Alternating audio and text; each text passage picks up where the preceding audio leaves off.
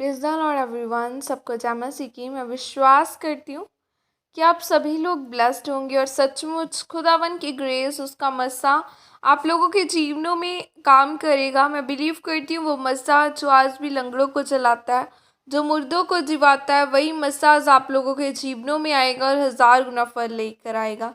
अब मैं जिंदा वचन को पढ़ती हूँ, जो वचन हमें परमेश्वर के दास अपोस्टल अंकुर यूसुफ नरूला जी द्वारा और परमेश्वर की दासी पास्टर सोनिया यूसुफ नरूला जी द्वारा दिया जाता है।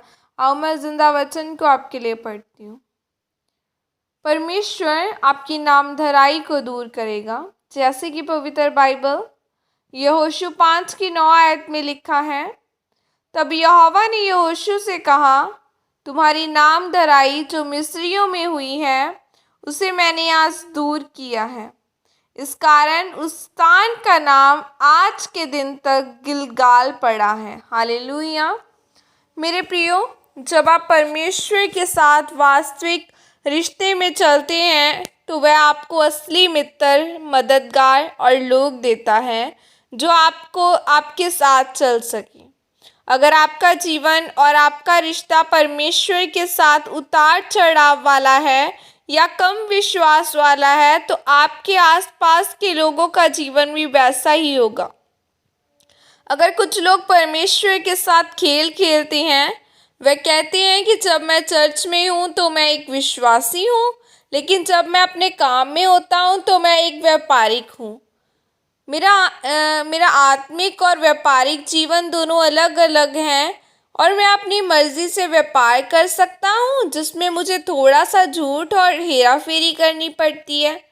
और इसी कारण आपके आसपास के लोग भी वैसे ही होते हैं, क्योंकि अगर आप परमेश्वर में निराशा को बोते हैं तो आपको भी अपने लोगों से वही काटने को मिलती है।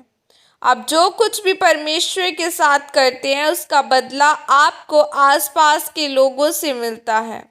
बाइबल में जब आप यहोशू की पुस्तक में पढ़ते हैं तो लिखा है कि पुराने नियम में खतना ज़रूरी था और परमेश्वर ने उन्हें खतना करने के लिए कहा था, क्योंकि परमेश्वर ने कहा था कि हर एक इज़राइली खतना करवाएगा, लेकिन उनमें से किसी ने भी खतना नहीं करवाया था।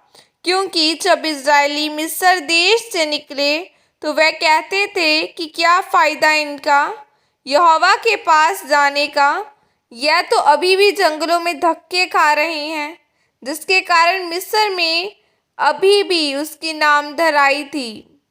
लेकिन जैसे ही उन्होंने परमेश्वर के वचन को पूरा किया तो परमेश्वर ने कहा कि आज मैंने इस मिस्रियों में इनकी नामधराई को दूर किया है। मेरे प्रियो, जैसे मूसा ने समुद्र को 2 भाग किया था, वैसे यहोशू भी नदी 2 भाग किया। इतने चमत्कार होने के बावजूद भी अभी तक इज़राइलियों की नामधराई दूर नहीं हुई थी, क्योंकि अभी तक उन्होंने परमेश्वर का वचन पूरा नहीं किया था। और जैसे ही उन्होंने वचन को पूरा किया तो परमेश्वर ने मिस्रियों के दिमाग में डाला कि समुंदर के 2 भाग होने की घटना आंधी या तूफान की तरफ से नहीं बल्कि परमेश्वर की तरफ से थी, और नदी का 2 भाग होना भी परमेश्वर की तरफ से है।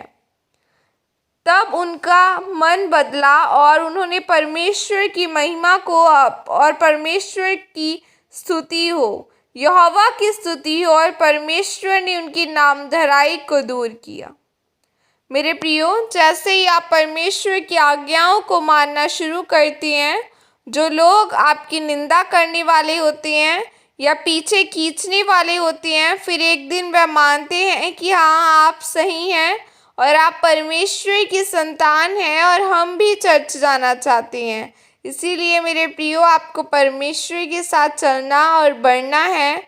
आपको उसके साथ अपना रिश्ता मजबूत करना है ताकि आप आशीषित हो सकें। आमीन। और यह प्रार्थना आपके द्वारा की जाए। सर्वशक्तिमान परमेश्वर, इस वचन के लिए पिता मैं आपका धन्यवाद करती हूँ। और परमेश्वर, मैं यह प्रार्थना करती हूँ कि मैं अपने संबंधों को आपके साथ मजबूत करूँगी और अपनी आशीषों को लेने पाऊँ और गवाही के साथ वापस आऊँ। प्रभु यीशु मसीह के सामर्थ्य नाम में मांगती हूँ। आमीन, आमीन, हालेलुया। बाइबल कहती है कि जैसा आपका बिलीव है वैसा आपके साथ किया जाएगा। अगर तो आपका बिलीव है तो आप मूसा की तरह पानियों को दो भाग करने की वो सामर्थ्य आज भी देता है, आप कर सकते हो।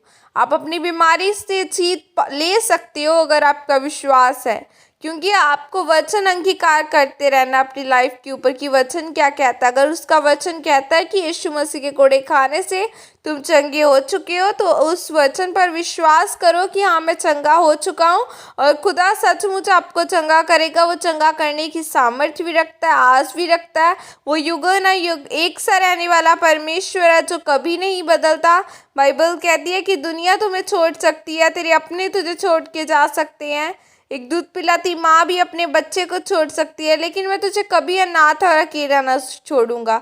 सचमुच उस वचन पर बिलीव रखना है कि जिसका वर्ड ही इतना गहरा है, जो कहता है मैं तुझे कभी ना छोड़ूंगा, तो हमें उस पर विश्वास करना चाहिए कि लोगों पर। आज हमें लोगों से नहीं बल्कि उस जिंदा परमेश्वर से जो हमारा खुदावन है, जो हमें देता है तो कभी सुनाता नहीं है, हमें उस पर भरोसा रखना है। सो खुदा फिर आपको आशीषित करेगा।